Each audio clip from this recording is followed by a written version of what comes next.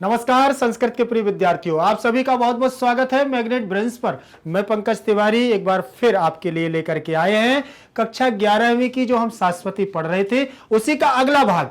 आपको बहुत ज्यादा इंतजार नहीं करना पड़ता है, इसीलिए हम जल्दी से जल्दी आपके लिए नेक्स्ट भाग लेकर के आए हैं। जो हमारा भाग चल रहा था अनुवाद भाग 5, उसी का अगला भाग लेकर के हम भाग 4 हमने पूरा कर लिया था। अब भाग 5 हम जो पढ़ने वाले हैं उसको बहुत अच्छे से आपको पढ़िएगा, ठीक है ना। तो इसमें आपको मैं बता दूं कि ये जो श्रीमद् भागवत गीता के द्वारा जो हम ये सत्वमाहो रजस तमः नाम का जो पाठ पढ़ रहे हैं 17वें अध्याय से भगवत गीता से लिया गया है। इसमें भगवान श्री कृष्ण के द्वारा अर्जुन को उपदेश दिया जा रहा है। अर्जुन के अंदर मानव के प्रति, मनुष्य के प्रति, लोगों के प्रति जो ये श्रद्धा भाव निष्ठा का आदि के जो प्रश्न उठ रहे हैं उन सारे प्रश्नों का उत्तर कृष्ण भगवान किसको दे रहे हैं? अर्जुन को बता रहे हैं, समझा रहे हैं कि तामसी प्रवृत्ति के लोग कैसे होते हैं, सात्विक प्रवृत्ति के लोग कैसे होते हैं, श्रद्धा 3 प्रकार की होती हैं, कैसी होती हैं, उसी पर चर्चा चल रही थी। तो उसी क्रम से आगे चल रहे हैं। अब वाणी को लेकर के चर्चा करने वाले हैं वो। तो हम ज्यादा देर नहीं करेंगे और आगे हम बढ़ते हैं। देखिए स्क्रीन पर लिखा हुआ है कक्षा 11वीं संस्कृत ऐच्छिक सत्वमाहो रजस्तमः अनुवाद भाग 5। चलिए आगे देखेंगे। लिखा हुआ है जो हमारा 5वें नंबर का श्लोक है, इसको जरा हम ध्यान से पढ़ेंगे और ध्यान से पढ़ने के बाद उसको हम उसी क्रम में आगे बढ़ेंगे, ठीक है ना। आगे क्रम से चलते हैं। लिखा हुआ है, पढ़ेंगे इसको आप हमारे साथ में ही। देव द्विज गुरु प्रज्ञा पूजनम शौचमार्जवम ब्रह्मचर्यम अहिंसा च शरीरम तपोयुच्यते अनुद्वेगिकरं वाक्यं सत्यं प्रियहितं च यत् स्वाध्यायाभ्यासनं चैव वाङ्मयं तपोच्यते। देव द्विज गुरु प्राज्ञा पूजनं शौचमार्जवं ब्रह्मचर्यमहिंसा च शरीरं तपोच्यते अनुद्वेगकरं वाक्यं सत्यं प्रियहितं च यत् स्वाध्यायाभ्यासनं चैव वाङ्मयं तपोच्यते वाङ्मयं तपोच्यते। देखिए क्या बात उन्होंने कही है कि अर्जुन सुनो, हम आपको बतला रहे हैं कि देव द्विज गुरु प्राज्ञ पूजनम शौचम आर्जवम, ठीक। अब ब्रह्मचर्यम हिंसा च शारीरम तप उच्यते। देव का मतलब होता है देवता, देव का मतलब देवता, द्विज का मतलब होता है ब्राह्मण, द्विज का मतलब ब्राह्मण, और गुरु का मतलब गुरु, और प्राज्ञ का मतलब होता है प्राज्ञ। पूजनम जो सर्व पहले पूजे जाते हैं, इनका पूजनम। शौचम का मतलब होता है शुद्ध, पवित्र, शौचमार्जवम, ठीक है ना। और ब्रह्मचर्यम हिंसा, और ब्रह्मचर्य को रखने वाले, और हिंसा चा, हिंसाम चा, अहिंसाम चा, ब्रह्मचर्यम अहिंसाम चा, और जो अहिंसा का पुजारी होता है वह, और शरीर की, यह सब क्या है? तप होते हैं। यह शरीर के ये तपशाली पुरुष होते हैं। ऐसे शरीर वाले लोग क्या होते हैं? तपशाली होते हैं। और अनुद्वेग करम, अनुद्वेग करम वाक्यम सत्यम प्रियहितं च स्वाध्यायाभ्यासनम चैव वाङ्मय तप उच्यते। और जो अनुद्वेग करने वाले होते हैं, सत्य बोलने वाले होते हैं, सत्य को प्रिय करने वाले होते हैं, स्वाध्याय अपने स्वयं से अध्याय करते हैं और अभ्यास करते हैं बार बार, चा एवं ऐसे लोग वाङ्मय वाणी से अपने तप को, तपस्या को करते हैं। वाणी के द्वारा अपनी तपस्या को क्या करते हैं? प्राप्त करते हैं, और अपनी वाणी को क्या करते हैं? शुद्ध करते हैं। तो ऐसे लोगों के लिए भी उन्होंने बताया है कि हे अर्जुन, और इस प्रकार की तपस्या भी लोगों के लिए लाभकारी होती है। देखेंगे जरा, तप के भी उन्होंने 3 प्रकार बतलाए थे ना, बतलाए थे ज्ञान, यज्ञ और तप बतलाए थे। उसी को लेकर के उन्होंने ज्ञान, यज्ञ और तप की बात कर रहे हैं कि देव देखें, अब यहां पर देखेंगे कोई दिक्कत नहीं, शौचम आर्जवम, यहां आज जुड़ गया है इसमें शौचम आर्जवम, देव द्विज गुरु प्राज्ञा पूजनम, ठीक, और ब्रह्मचर्यम, ब्रह्मचर्यम अलग हो जाएगा, अहिंसा अलग हो जाएगा, शारीरम तप उच्यते, ठीक है, वच धातु रहेगी उच्यते में, याद रखिएगा, यहां धातु का क्या हो गया, संप्रसारण हुआ है, अनुद्वेग, अन उद्वेग, अनु उद्वेग, उद्वेग करम, अनुद्वेग करम वाक्यम सत्यम प्रियतंच, स्वाध्याय अभ्याय, यहां दीर्घ संधि बन जाएगी, यहां दीर्घ संधि रहेगी, चैवम में वृद्धि संधि रहेगी, वृद्धि संधि, वांगमय, वांगमय वाक धनमय, यहां पर व्यंजन संधि होगी, व्यंजन के अंतर्गत होगी हमारी क्या, अनुनासिक संधि, तप उच्यते। अब अन्वय, अन्वय देखिए, अन्वय का मतलब व्यवस्थित क्रम, रस छंदोबद्ध रचना को व्यवस्थित क्रम में लिखना हमारा अन्वय कहलाता है। देखें, देव द्विज गुरु प्राज्ञ पूजनम, शौचम आर्जवम, ब्रह्मचर्यम च अहिंसा, शरीरम तप उच्यते।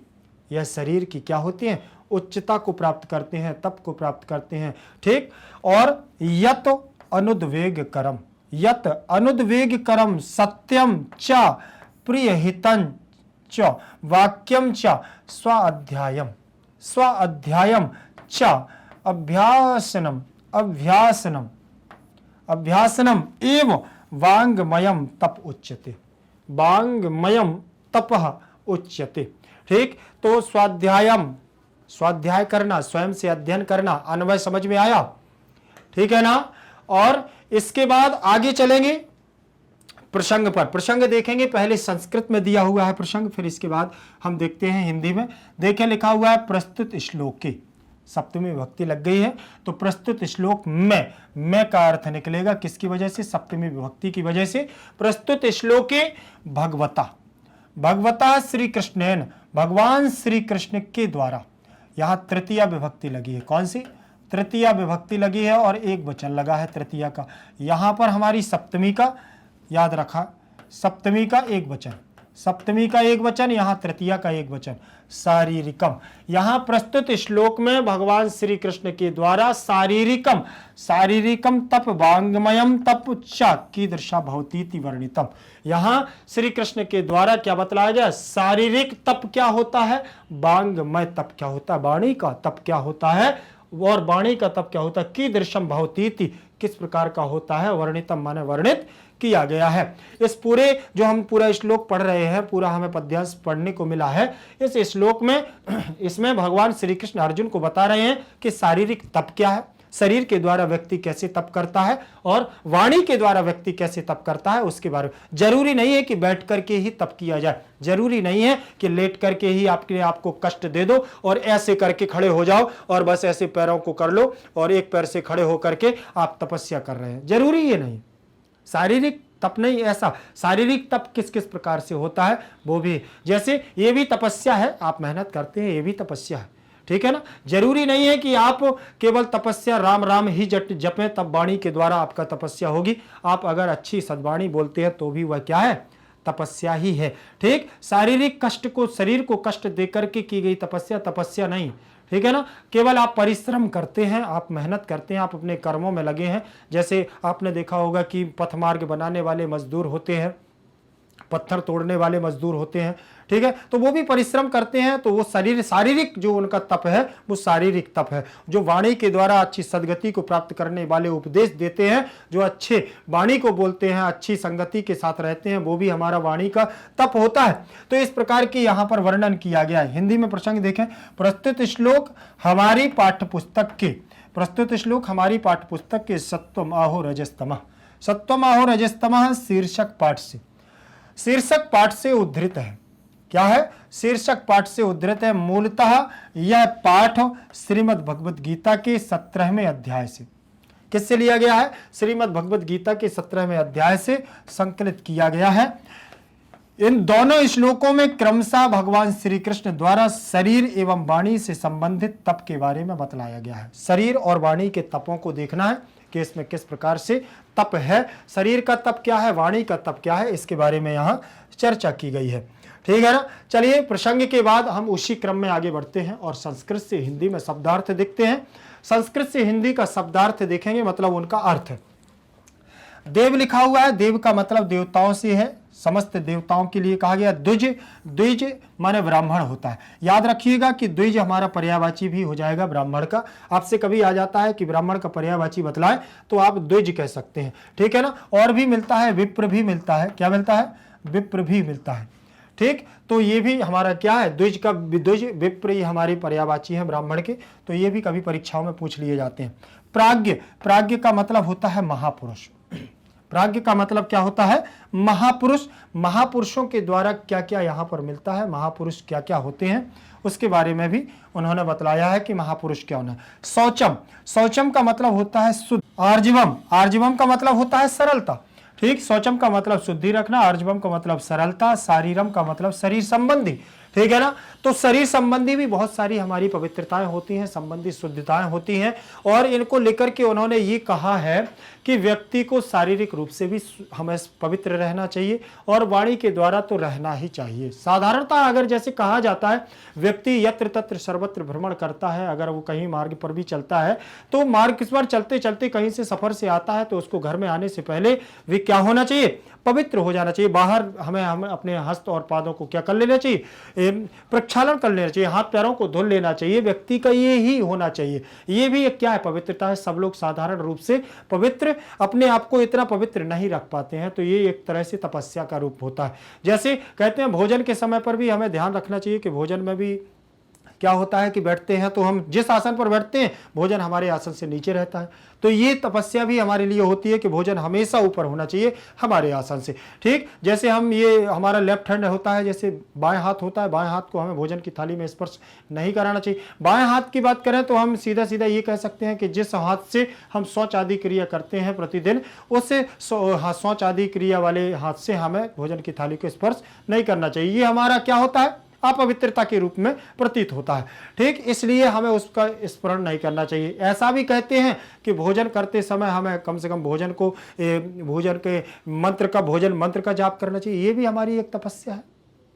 तो साधारण रूप से शरीर को स्वस्थ रखना, दुर्गंध नहीं आना, अच्छे स्वच्छ कपड़ों को पहनना, ये भी तपस्या ही होती है, ठीक। व्यक्ति के लिए शारीरिक रूप से और सरलता के रूप में सरलता बनाए के रखना और शुद्ध रखना, महापुरुष जो होते हैं, ये सारी चीजें हमारे लिए क्या होती हैं? ये हमारे लिए बहुत ज्यादा महत्वपूर्ण होती हैं। ये भी हमारे लिए तपस्या का एक रूप होती हैं। जैसे उच्चता लिखा हुआ है, कहा जा, उच्चता का मतलब होता है, वच धातु से उच्चता बनता है, तो उच्चता का मतलब कहा जाता है, बोला जाता है। अनुद्वेग कर्म माने किसी को भी उद्विग्न न करने वाला, ये भी तपस्या ही है। अर्थात हमारे द्वारा किसी को कोई कष्ट नहीं होना चाहिए, हमारे द्वारा किसी को ठेस नहीं होनी चाहिए, हमारे द्वारा किसी को कष्ट ना हो, हमारे द्वारा कोई परेशान ना हो, क्षणिक मात्र के लिए भी परेशान ना हो, ये भी हमारे लिए क्या है? तपस्या है। प्रिय हितम माने प्रिय और हितकारक, प्रिय और हितकारक, अर्थात ऐसा व्यक्ति जो प्रिय हो, हितकारक हो, हमें हमेशा दूसरे के प्रति क्या है? ये सब तपस्या है, प्रिय बनना। अभ्यासनम, अभ्यासनम का मतलब होता है अभ्यास, अभ्यासनम का मतलब होता है अभ्यास करना, बहुत ज्यादा अभ्यास, किसी चीज पर प्रयास करना। वांग्मय माने वाणी संबंधी, वांग्मय का मतलब वाणी संबंधी, वाक धनमयम वांग्मय, वांग्मयम, ठीक है। तो ये सब वाणी द्वारा पवित्रताएं होती हैं।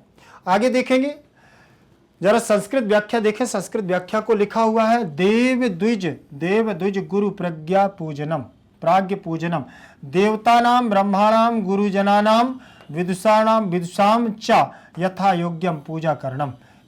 जो यथा योग्य पूजा को करते हैं। देवता नाम में देखिए षष्ठी विभक्ति का बहुवचन, षष्ठी का बहुवचन लगा हुआ है।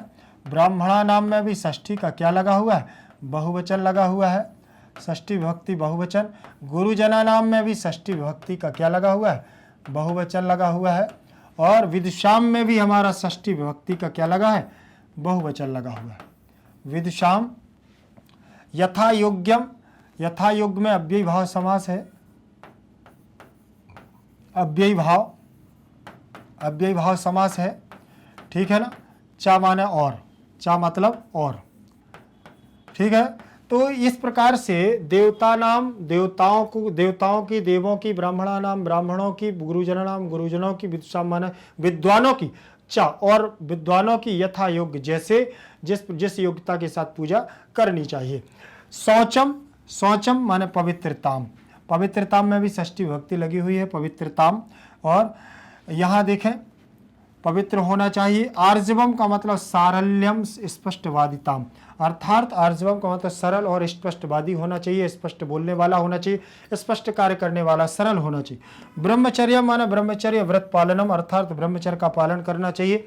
हमें जब तक हमारा विवाह संस्कारों 16 संस्कारों में विवाह संस्कार नहीं हो जाता है तब तक हमें ब्रह्मचर्य का पालन करना चाहिए। विवाह आदि जब हम गृहस्थ जीवन में प्रवेश करते हैं तब हमें ब्रह्मचर्य का प्रयोग करना चाहिए। अर्थात हमें जब तक क्या है विद्यार्थी जीवन में या हम जीवन पर्यंत बिना अविवाहित रहना चाहते हैं तो फिर हमें ब्रह्मचर्य का पालन करना, ये भी हमारे लिए बहुत बड़ी तपस्या होती है। ठीक, साधारण रूप से यह तपस्या नहीं हो पाती है, ब्रह्मचर्य का पालन हमें करना चाहिए। ब्रह्मचर्य विद्यार्थी जीवन में तो ब्रह्मचर्य बहुत आवश्यक होता है, इससे तीव्र बुद्धि होती है, मन हमारा बहुत प्रसन्न रहता है, जिससे हम जो भी चीज पढ़ते हैं बहुत अच्छे से हमारा तैयार होता है। तो ब्रह्मचर्य हमारे विद्यार्थी जीवन के लिए बहुत अति आवश्यक है, तो ब्रह्मचर्य का पालन हमारे लिए अति महत्वपूर्ण है। इसीलिए ब्रह्मचर्य व्रत रखना बहुत कठिन माना गया है।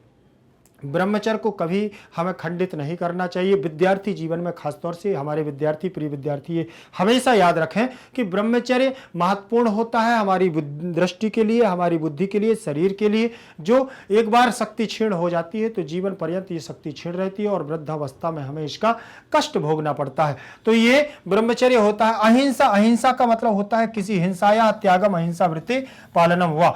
हमें हिंसा को त्याग करके अहिंसा का पालन, व्रत को धारण करना चाहिए। हमें हमारे द्वारा कोई भी ऐसा जीव मात्र प्राणी, छोटा बड़ा कोई भी ऐसा हो, जाने अनजाने में हमारे द्वारा उसको क्या है कोई भी कष्ट नहीं होना चाहिए, वह हमारे द्वारा उसको क्षति नहीं होनी चाहिए, या जाने अनजाने में भी हमारे द्वारा वो नहीं मरना चाहिए। वही अहिंसा है। अहिंसा का मतलब यही होता है किसी को हमारे द्वारा एक क्षणिक मात्र के लिए भी कष्ट ना हो, कोई ना हमें किसी को मारना चाहिए। ठीक है ना, वही अहिंसा। शारीरम, शारीरम का मतलब होता है दैहिकम, दैहिकम का मतलब होता है शरीर। शरीर के द्वारा यही तपस्याएं होती हैं, शरीर के द्वारा यही हमारे लिए फलीभूत होती हैं, और शरीर हमारे लिए बहुत प्रयोग में भी आता है, ये हमारे लिए होता है। ये हमारे सारे तप होते हैं, तप के द्वारा इनका हमें प्रयोग करना है। तपह, तपह माने तपश्चर्या, अर्थात जो की जाती है तपस्या, यही तपस्या है। अनुवेद कर्म माने अनुत्तेजात्मकम यत कमप युद्ध विघ्नम न करोति तत्। ठीक, उन्होंने कहा अनुत्तेज और अनुत्तेजात्मकम यत कमपि किमपि उद्विग्नम ना करोति, हमारे द्वारा किसी का कोई विघ्न नहीं होना चाहिए, कोई हानि नहीं होनी चाहिए, उद्विग्न नहीं होना चाहिए, कलह नहीं होना चाहिए, झगड़ा नहीं होना चाहिए। सत्यम माने यथार्थम, यही सत्य है, सत्य बोलना चाहिए। प्रिय माने मधुरम और मीठा बोलना चाहिए, ये भी हमारे लिए। सत्य बोलेंगे, सत्य का व्रत धारण कर लो कि हम तो सत्य ही बोलेंगे, चाहे कितनी भी बड़ी समस्या आ जाए तो सत्य, यही हमारा व्रत हो जाएगा।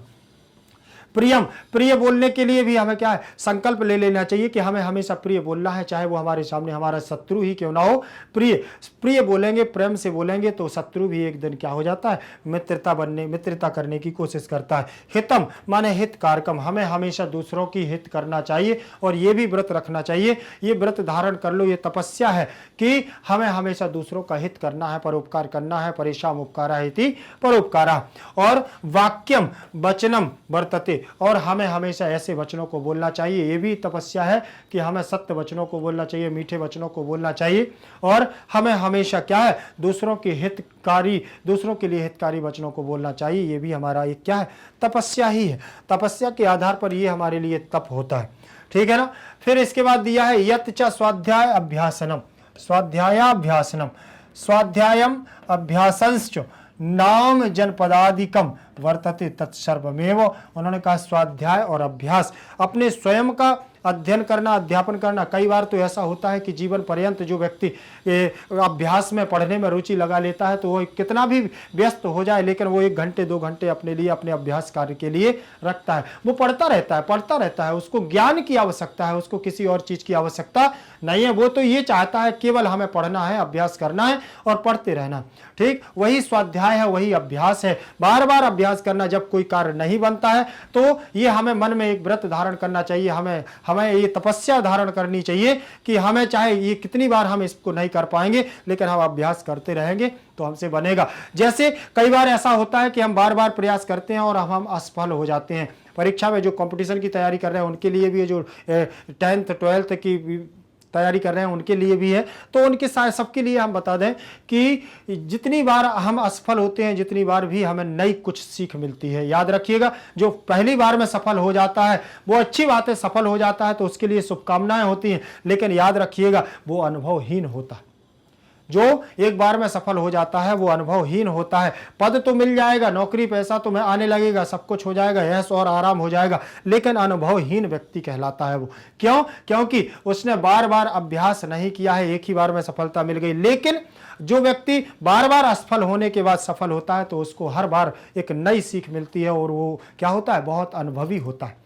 तो ठीक है ना। तो अनुभव, असफल होने से हमें परेशान नहीं होना चाहिए, लेकिन जो बार बार असफल होकर के सफल होता है वो व्यक्ति ज्यादा योग्य होता है और ज्यादा अनुभवशील होता है और उसको ज्यादा अनुभव होता है। कोई भी कार्य उसको ज्यादा अच्छे से, भले ही आप किसी ऐसे अनुभवहीन व्यक्ति के सामने 10 साल बाद भी जाएंगे तो आप उससे योग्य कहलाएंगे, याद रखिएगा। और परेशान होने की जरूरत नहीं। जो बार बार गिरता है वो क्या है, निडर होता है। जो एक बार भी नहीं गिरता है और सफल हो जाता है वो क्या है, वो डर होता है उसके अंदर कि कहीं हमारे साथ ये घटना ना हो जाए, ये घटना ना हो जाए। तो जो बार बार गिरता है, बार बार उठता है, वही क्या है, आगे चल करके बहुत अपनी ऊंची बुलंदियों को छूता है, आसमान की बुलंदियों को गगन चुंबी बनता है। ठीक है ना। चले देखेंगे वांग्मय, वांग्मयम में लिखा हुआ है वाक संबंधी ना, वाक संबंधी ना, वाणी से संबंधित। अर्थात हमें याद रखना है कि वाणी से भी हम कई लोगों का उपकार कर सकते हैं, परोपकार कर सकते हैं। वाणी से संबंधित ऐसे मीठे वचनों को बोलना चाहिए। हमारे द्वारा वाणी से भी किसी को कष्ट नहीं होना चाहिए। वाणी संबंधी भी हमारी एक तपस्या होती है, तपः, तपस्या, और उच्यते माने कथ्यते। इस प्रकार से हमें वाणी से भी ये सारी चीजें बोलनी चाहिए। उच्यते, ठीक है ना। उच्यते में बच धातु यहां हो जाएगी, ठीक है ना। तो बच धातु होगी। बच धातु का मतलब यहाँ इसलिए है क्योंकि संप्रसारण होता है, ठीक है ना। उच्यते, बच धातु से उच्च बनता है और ये हमारा क्या है, व्यंजन से स्वर में आ रहा है तो ये संप्रसारण कहलाएगा, प्रसारण कहलाएगा, याद रखिएगा। ठीक, जब किसी व्यंजन से स्वर में उसका परिवर्तन होता है तो वो उसके वर्ण का क्या कहलाता है, संप्रसारण कहलाता है, मतलब प्रमोशन होना। ठीक है ना। चले आगे देखेंगे भावार्थ पर, भावार्थ पर चर्चा करेंगे। भावार्थ क्या है देखिए, देवता, ब्राह्मण, गुरुजन और जीवन मुक्त महापुरुष। देवता, ब्राह्मण, गुरुजन और जीवन मुक्त महापुरुष का यथायोग्य पूजन करना, इनका हमें क्या है, हमेशा पूजन करना चाहिए। यथा योग्यता, तो योग्यता के साथ पूजन करना चाहिए। शुद्धि रखना, हमें शुद्ध रहना चाहिए। सरलता, हमारे अंदर सरलता होनी चाहिए। ब्रह्मचर्य का पालन करना और हिंसा ना करना, यह शारीरिक संबंधी तप कहा जाता है। इनको शरीर के द्वारा तप कहा जाता है। और जो किसी को भी उद्विग्न ना करने वाला हो, सत्य बोलने वाला हो, प्रिय हो तथा हितकारक भाषण देने वाला हो, वह तथा स्वाध्याय और अभ्यास, नाम जप आदि भी वाणी के द्वारा संबंधी तप कहा जाता है। ये सब क्या है, ये वाणी संबंधी तप होते हैं। ठीक है ना। चलिए आगे देखते हैं। भावार्थ के बाद आगे उसी क्रम में हम आगे बढ़ेंगे और लिखा हुआ है व्याकरणात्मक टिप्पणी। व्याकरणात्मक टिप्पणी में देखेंगे हम शौचम। शौचम में लिखा है शुचेर भावः अण प्रत्यय से शौचम बनता है। ठीक है ना। शुचे, शुचे शब्द रहेगा, शुच, शुच रहेगा। शुचेर भावा लिखा हुआ है, यहाँ शुच रहेगा। सुच धन अण, ठीक है ना।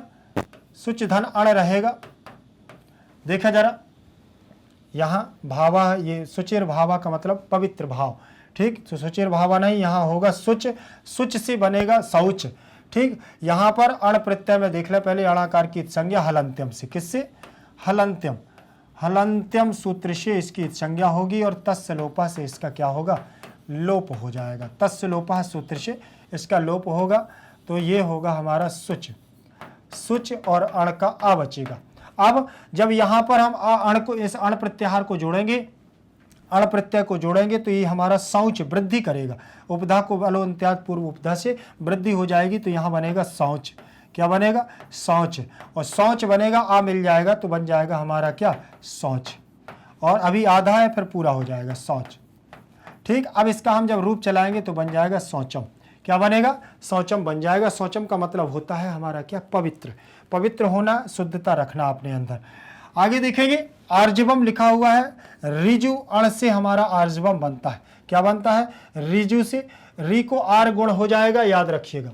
री को क्या होगा, रिजु, ये लिखा हुआ है रिजु धन अण प्रत्यय होगा। अब अण प्रत्यय जुड़ेगा तो उपधा को अलो अंत्यात पूर्व उपधा से वृद्धि होगी, तो री के स्थान पर होगा ये वृद्धि, तो आर बन जाएगा। ठीक, और फिर होगा जा, जू लिखा हुआ है और अण प्रत्यय होगा। ठीक, अण प्रत्यय होगा। अब यहां यड़ संधि लगाएंगे तो ऊ को हो जाएगा वाह, क्या बनेगा, ऊ को होगा जा बच जाएगा, जा के स्थान पर ऊ है तो ऊ को यहां लिख देंगे और अण प्रत्यय हो जाएगा। यड़ संधि लग जाएगी इको यड़ाची, तो इको यड़ाची में कहता है ई ऊ ऋषि और लिरी, ये रहते हैं 4 वर्ण, तो ई के स्थान पर या, ऊ के स्थान पर वा, ऋषि के स्थान पर रा और लिरी के स्थान पर ला होता है, तो ऊ के स्थान पर वा कर देंगे, तो ये हमारा आर का आर रहेगा और यहाँ हमारा जा हो जाएगा और ऊ के स्थान पर वा हो जाएगा और अण का हमारा क्या रहेगा, आशेष हो जाएगा। अण प्रत्याहार, अण जो हमारा प्रत्यय है इसमें अणाकार की संज्ञा हो जाएगी, हलंत्यम तत्सलोपा से लोप, केवल आशेष रहेगा। ठीक, तो अब जब हम इसको जोड़ेंगे तो देखिए आ हमारा ये ऐसा रहेगा, जा हमारा ये आ जाएगा, रा आधा है तो ऊपर चले जाएगा, बा इधर आ जाएगा और बा हमारा आधा है तो यहाँ पर हमारा आ जुड़ जाएगा, तो आर्जव बन जाएगा, आर्जव, और रूप बनेगा तो आर्जवम। ठीक है ना, आर्जवम रूप बन जाएगा। समझ में आया ना। ये जो आर जो है आ जुड़ जाएगा, आधा है तो आगम कैसा होता है, हमेशा आधा होता है, याद रखिएगा, तो वह हमारा आधा आया ऊ के स्थान पर, आर्जवम बन गया। ठीक है ना, चलिए आगे देखेंगे हम। फिर लिखा हुआ है ब्रह्मचर्यम, ब्रह्मचर्यम में ब्रह्मणि चर्या यस्चा, ब्रह्मचर्या, ब्रह्मणि चर्या यस्सा ब्रह्मचर्या, तो यहाँ हमारा क्या है, बहुव्रीहि समास होगा। कौन सा, बहुव्रीहि, बहुव्रीहि समास होगा, बहुव्रीहि। ठीक, ब्रह्मचर्य बहुव्रीहि समास होगा, ब्रह्मचर्यम बनेगा। और ब्रह्मचर्यम में याद रखिएगा कि ब्रह्मचर्य जो होता है वह हमारा ब्रह्मचर्य को पालन करने वाला, याद रखिएगा। फिर शारीरम, शारीरम में बनेगा शरीर शब्द से अण प्रत्यय हो जाएगा, हमारा क्या बन जाएगा, शारीरम, अण प्रत्यय होगा। देखिए शरीर शब्द रहेगा, अण प्रत्यय रहेगा, अण प्रत्यय। फिर वही प्रोसेस हमारी अण प्रत्यय की रहेगी, अणाकार की संज्ञा हलंत्यम से होगी, तस्य लोपा से हमारा क्या हो जाएगा, लोप हो जाएगा। और तस्य लोपा से जब लोप हो जाएगा तो यहाँ पर हमारा केवल आ शेष रहेगा, क्या रहेगा, आ। अब यहाँ देख लेंगे हम शरीर, क्या बन गया हमारा, शरीर। यहाँ तक तो समझ में आ गया। अब देखें जब हमारा अण प्रत्यय ये है इसमें मिलेगा तो ये अलो अंत्यात पूर्व उपधा से करेगा वृद्धि, और वृद्धि का मतलब जो हमारा दीर्घ होता है, आगे वाला स्वर होता है वो बड़ा हो जाता है, तो ये दीर्घ हो जाएगा, दीर्घ हो जाएगा। तो देखिए वहाँ सुच था तो ऊ को औ हो गया तो सौच बन गया, री था तो आर हो गया था। ठीक, और यहाँ पर सा है तो बड़ा आ हो गया, तो शारीर बन गया, शारीर बन गया। और शारीर जब हमारा बन गया, ठीक, ये हमारा हलंत रहेगा और अण का आ आएगा तो ये पूरा इसमें मिल जाएगा। देखिए शारीर, शारीर ये हलंत है तो आ आएगा इसमें मिल जाएगा, तो ये हमारा पूरा हो जाएगा। तो हमने इसको मिला दिया शारीर। अब इसका रूप बनेगा तो ये बन जाएगा शारीरम। क्या बन गया, शारीरम बन जाएगा कि नहीं बन जाएगा। अब इसमें देखेंगे अनुवेद, अनुद्वेग, अनुद्वेग, अन उद्वेग, ना उद्वेग करम इति नई तत्पुरुष समास। कौन सा समास होगा इसमें, ना अनुद्वेग, अन उद्वेग करम, अन उद्वेग करम। देखें ना उद्वेग करम इति अनुवेद करम। ठीक, तो इसमें नई तत्पुरुष समास है। कौन सा समास है, इसमें याद रखना है कि अगर आ, अन, ना, बे ये आदि उपसर्ग अगर आते हैं तो हमेशा याद रखना, जो नकारात्मक दृष्टि को दर्शाते हैं, जैसे निर, निर भी है, ये हमेशा क्या होते हैं, ये हमेशा नकारात्मक दृष्टि को दर्शाते हैं। और जब ये किसी शब्द के साथ में जुड़ते हैं तो ऐसे समास, ऐसे शब्द में नई तत्पुरुष समास होता है। कौन सा समास होता है, नई तत्पुरुष। और विग्रह करने पर इन उपसर्गों को हटा करके हमें क्या कर देना चाहिए, इसमें आ जोड़ देना चाहिए। याद रखना, वो ना जोड़ देना चाहिए जब हमें इनका शब्द बनाएंगे। देखिए उपसर्ग को हटाना, जैसे यहाँ अनुवेग करम लिखा तो यहाँ आ को हटा दिया, अन को हटा दिया और ना को जोड़ दिया। जैसे हमने यहाँ लिख दिया अमर, अमर लिख दिया तो हमने यहाँ कह दिया क्या, ना मर, ना मर इति अमर, इति अमर। ठीक, अब जैसे हमने यही कर दिया है, देखें एक मिनट, ये जैसे दिया हुआ है अपुत्रः, क्या दिया हुआ है? अपुत्रः, अपुत्रः, तो यहां हो जाएगा ना पुत्रः, ना पुत्रः इति अपुत्रः, ना पुत्रः इति अपुत्रः। ठीक है ना पुत्रः इति अपुत्रः। या फिर हम इसको ऐसा कह सकते हैं ना विद्यमानम, ना विद्यमानम इति अपुत्रः, ना विद्यमानम इति क्या हो जाएगा? ना विद्यमानम इति विद्यमानम, ना विद्यमानम इति अविद्यमानम, ना विद्यमानम इति अविद्यमानम। जो है ही नहीं है उसी के लिए तो कहा जाएगा ये अविद्यमानम। ठीक है ना, जो पुत्र है ही नहीं है उसी को तो अपुत्र कहा जाएगा। याद रखना कि जो पुत्र, अगर पुत्र होता तो अपुत्र क्यों कहा जाता? इसीलिए यहां ना विद्यमानम इति अविद्यमानम, अर्थात जो विद्यमान ही नहीं है वही अपुत्र कहलाएगा। ठीक, तो यहां अमर, तो ये ऐसे सारे जितने भी पद होंगे वो किस समास में आएंगे? हमारे नई तत्पुरुष समास में आएंगे। क्यों नई तत्पुरुष? एक तरह से आपको मैं बता दूं कि ये तत्पुरुष समास का ही भेद कहलाता है। हमारी संस्कृत भाषा में समास जैसे तत्पुरुष समास के अगर देखा जाए तो द्वितीय विभक्ति से हमारा द्वितीय कर्म तत्पुरुष समास से चलता है, और हमारा कहां तक चलता है? सप्तमी अधिकरण तत्पुरुष समास तक चलता है। तो यहां पर याद रख लेना, इसके अलावा भी तत्पुरुष के भेद होते हैं, जैसे अलुक तत्पुरुष होता है, जैसे हमारा इसमें प्रादि तत्पुरुष होता है, मध्यम पदलोपी तत्पुरुष होता है, ठीक है ना, सात पार्थिव तत्पुरुष समास होता है, नई तत्पुरुष समास होता है, तो कुगति तत्पुरुष होता है। ठीक, तो ये हमारे तत्पुरुष के बहुत सारे भेद होते हैं। जब हम इसके अंदर जाते हैं तो बहुत सारे समास मिलते हैं। जैसे द्वंद्व समास केवल पढ़ते हैं, साधारण परीक्षाओं में द्वंद्व समास ऐसे पढ़ते हैं। द्वंद्व समास के 3 भेद होते हैं। ठीक है ना, कर्मधारय भी हमारा, जैसे कर्मधारय समास है तो व्यधिकरण और समानाधिकरण में चलता है, बहुब्रीहि भी व्यधिकरण और समानाधिकरण में चलता है, तत्पुरुष भी व्यधिकरण और समानाधिकरण में चलता है। तो बहुत सारे समास होते हैं। हम 6 के 36 समास भी पढ़ सकते हैं। 5 हैं वैसे तो, समासाश्च पंचदश, संस्कृत कहती है सिद्धांत कौमुदी कि समासाश्च पंचदश, समास 5 होते हैं। ठीक है ना, तो इस प्रकार से हमें क्या है 5 समासों को भी पढ़ना होता है। अब आगे देखेंगे हम प्रिय हितम। अगला हमारा शब्द है प्रिय हितम। प्रियंचा हितंचा द्वंद्व समास। क्या दिया हुआ है? प्रियंचा हितंचा हमारा द्वंद्व समास, लेकिन प्रियंचा ऐसे इसमें लिखा हुआ है, ऐसे प्रियन। ठीक, प्रियंचा, फिर दिया हुआ है हमारा क्या? हितंचा। क्या दिया है? हितंचा, हितंचा, हितंचा। तो इसमें याद रख लेना है कि कभी कभी ऐसा जरूरी नहीं है कि ऐसा लिखा मिले, प्रियंचा हितंचा आपको ऐसे भी मिल सकता है, प्रियंचा ऐसे, प्रियंचा हितंचा। ठीक, हितंचा ऐसे भी आपको लिखा मिल सकता है, तो भी आपका द्वंद्व समास ही होगा। अनुस्वार का क्या? अनुनासिक में परिवर्तन, पंचम वर्ण में परिवर्तन हुआ है, तो यहां पर हितंचा इसको पढ़ेंगे, ऐसे नहीं पढ़ेंगे प्रियंचा हितंचा, ये गलत है। इसको पढ़ेंगे हम प्रियंचा हितंचा, प्रियंचा हितंचा। याद रखना, प्रियंचा हितंचा, प्रियंचा हितंचा अनुनासिक व्यंजन है। ये क्या है? पंचम वर्ण अनुनासिक होते हैं और इनका नाक से उच्चारण करना चाहिए। नाक से, नासिका से उच्चारण होता है। कोई भी है, जैसे का खा गा घा अंगा, चा छा जा झा इया, टा ठा डा ढा आणा, ता था दा धा ना, पा फा बा भा मा।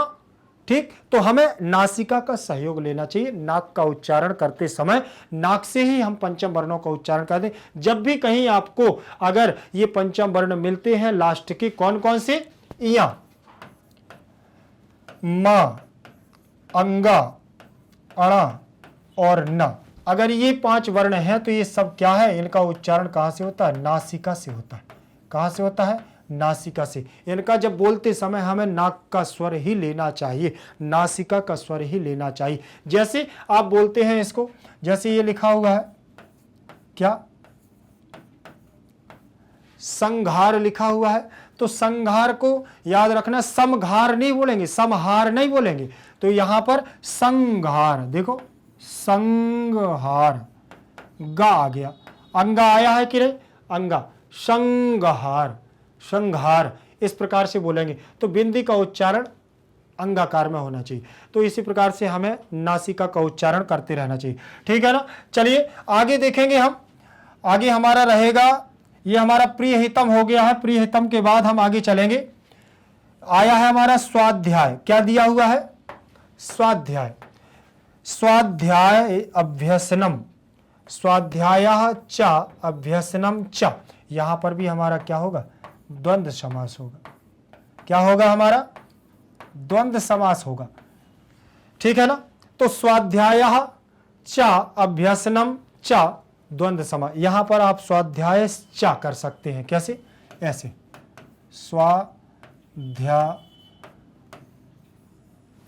स्वाध्यायश्चो ऐसे कर सकते हैं, विसर्ग के स्थान पर चा कर सकते हैं।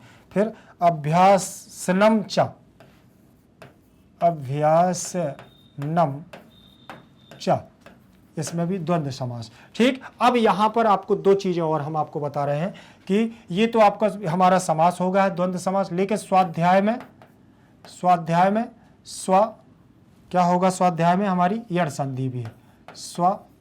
सुधन अध्याय क्या होगा? सुधन, सॉरी यड़ संधि काय को दीर्घ संधि होगी, स्वाधन अध्याय, स्वयं का अध्याय, ठीक। स्वयं का अध्याय, अधाध्याय अध्याय, ठीक। स्वाधन अध्याय। यहां देखें कौन सी संधि बनेगी? दीर्घ संधि बनेगी। अब कैसे दीर्घ संधि बनेगी?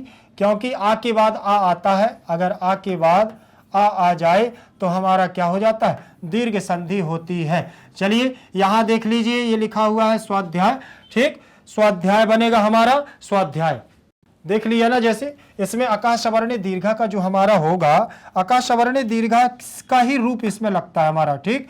तो ये हमारा आ के बाद आ जाता है तो हमारा दीर्घ बनता है, आ बनता है। तो यहां पर भी आ के बाद आ गया है तो दीर्घ बन जाएगा। और स्व में से स्व का हमने क्या ले लिया है? आ ले लिया। स्व आधा हो जाएगा, आ हमने बीच में लिख दिया है इसमें, ठीक है ना। ये हमारा जो आ है ये हमारा यहाँ आ जाएगा बीच में, आ गया कि नहीं। और अध्याय में से आ चला गया था तो ध्याय बस बचेगा, ठीक। ध्याय बच गया। अब हम जब इनको मिलेंगे तो ये बनेगा हमारा स्व और ध्याय जुड़ेगा तो बनेगा स्वाध्याय, ठीक। तो कौन सी संधि हो गई? दीर्घ संधि हो गई, ठीक। दीर्घ संधि हो गई है इसमें स्वाध्याय में। और अब इसके बाद हम पूरे शब्द को मिलाएंगे, पूरे शब्द को मिलाएंगे तो वो भी देख लीजिए आप। पूरे शब्द को जब हम मिलाएंगे तो देखिए ये हो गया हमारा पूरे शब्द को। जैसे ये लिखा हुआ है ना, स्वाध्याय अभ्यायास लिखा है ना, स्वाध्याय अभ्यायास, अभ्यासनम। तो पूरे शब्द को देख लीजिए, स्वाध्यायाभ्यासनम, अभ्यासनम, ये पूरा शब्द लिखा हुआ है आपका, देख लीजिए। तो यहां से हम तोड़ देंगे तो ये बनेगा हमारा स्वाध्याय, स्वाध्याय धन अभ्यासनम, अभ्यासनम बनेगा। तो यहां पर भी हमारी दीर्घ संधि होगी आ और आ, दोनों को मिलाएंगे तो क्या बनेगा? बड़ा आ बन जाएगा। दोनों को मिला देने पर क्या बनेगा? बड़ा आ। क्यों? इसमें भी हमारी आकाश वर्णे दीर्घा की संधि लगेगी, दीर्घ संधि, आकाश वर्णे दीर्घा, आकाश वर्णे दीर्घा हमारा इसमें भी लग जाएगा तो दीर्घ संधि इसमें भी हो जाएगी। इसका भी नियम यही कहता है कि आ के बाद छोटा आ हो या बड़ा आ हो, बड़ा आ हो या छोटा आ हो तो बनता हमारा क्या है? बड़ा आ। छोटी ई हो या बड़ी ई हो, बड़ी ई हो या छोटी ई हो तो ये हमारा क्या बनता है? इसमें बड़ी ई बनती है। इसके बाद बड़ी ई हो या छोटी ई हो, वो छोटा ऊ हो या बड़ा ऊ हो, छोटा ऊ हो या बड़ा ऊ हो, बड़ा ऊ हो या छोटा ऊ हो, तो हमेशा बनता क्या है? बड़ा ऊ। छोटी ऋषि हो या बड़ी ऋषि हो, और सामने छोटी ऋषि हो या बड़ी ऋषि हो, आमने सामने दोनों समान वर्ण होना चाहिए तो बड़ी ऋषि बन जाती है। तो यहाँ आमने सामने हमारा छोटा छोटा आ है, मतलब एक ही जाति के वर्ण है तो आ बन गया। आ बन गया तो अब हमने देखा कि इसमें से आ निकल गया, यहाँ से आ निकल गया, तो यहाँ पर हमारा क्या बन जाएगा? देख लीजिए अब हमारा क्या बनेगा यहाँ, ये देखेंगे स्वाध्याय, लेकिन या आधा हो जाएगा, यहाँ आ जाएगा पूरा। और अभ्यास में से अभ्यास में से केवल भ्यासनम रहेगा, भ्यासनम, यहाँ केवल भ्यासनम रहेगा। अब हम इसको इसमें जोड़ेंगे तो ये बनेगा हमारा स्वाध्याय या, और भ्यासनम जुड़ जाएगा इसमें, भ्यासनम, ठीक है ना। तो ये हमारा ये पूरा हो गया अभ्यासनम। तो यहाँ पर भी हमारी दीर्घ संधि होगी, और स्वाध्याय सिंगल शब्द भी आता है तो भी हमारी क्या होगी, दीर्घ संधि होगी। कोई समस्या, यहाँ कोई समस्या नहीं जानी चाहिए आपको, ठीक है ना। चले आगे देखेंगे, अगला शब्द होगा हमारा वांगमयम। क्या होगा हमारा, वांगमयम। वांगमयम में देखेंगे वाच धातु है, ठीक, और मयट प्रत्यय है, ठीक, मयट प्रत्यय है,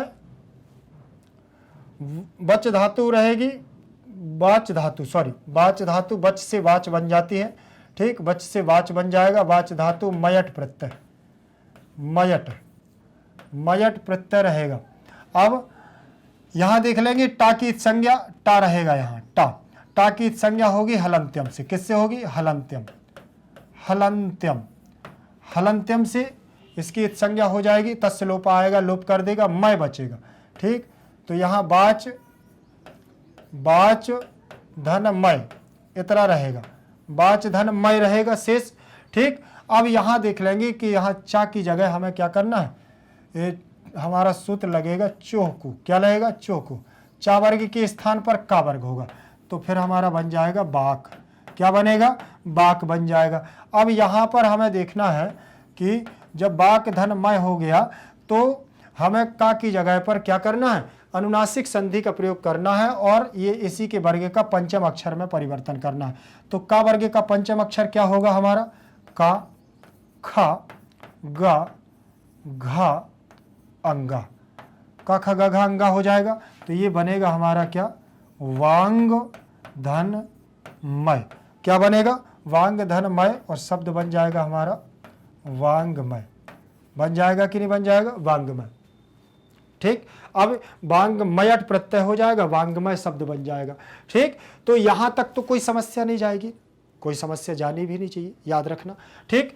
चलो आगे देखते हैं हम, ये हमारी व्याकरणात्मक टिप्पणी, व्याकरणात्मक टिप्पणी के बाद हाँ ये भाग कंप्लीट। ये आपको भी समझ में आ जाता है कि व्याकरणात्मक टिप्पणी आ गई है, मतलब हमारा पार्ट क्या है, समाप्त होने वाला है। तो याद रखिएगा, छोटे छोटे भागों को लेकर के चल रहे हैं, बहुत अच्छे से आप लोग पढ़ते रहिएगा, और ध्यान रखिएगा कि कहीं पर कोई समस्या जाती है तो कमेंट बॉक्स में लिख करके आप हमें ज़रूर बताइएगा, ठीक है ना। और परेशान होने की ज़रूरत नहीं है, आपको कोई परेशान होने का, आप कहीं से भी हो, चाहे इंग्लिश मीडियम के हो, चाहे हिंदी मीडियम के, चाहे यूपी बिहार बोर्ड, चाहे आप कहीं से भी, चाहे भोपाल MP बोर्ड से हो, चाहे भोपाल से भी हो, ठीक है ना। तो आपको परेशान होने की ज़रूरत नहीं है, आप कहीं से भी हो, आपको बस सर्च करना है मैग्नेट ब्रेन्स, और हम आपके सामने, ठीक, आपकी सारी समस्याओं का समाधान करेंगे। तो याद रखिएगा, बने रहिएगा हमारे साथ। बहुत बहुत शुभकामनाएं, बहुत बहुत धन्यवाद आप लोगों को, ठीक है ना। और हमारी शुभकामनाएं आपके उज्जवल भविष्य के लिए।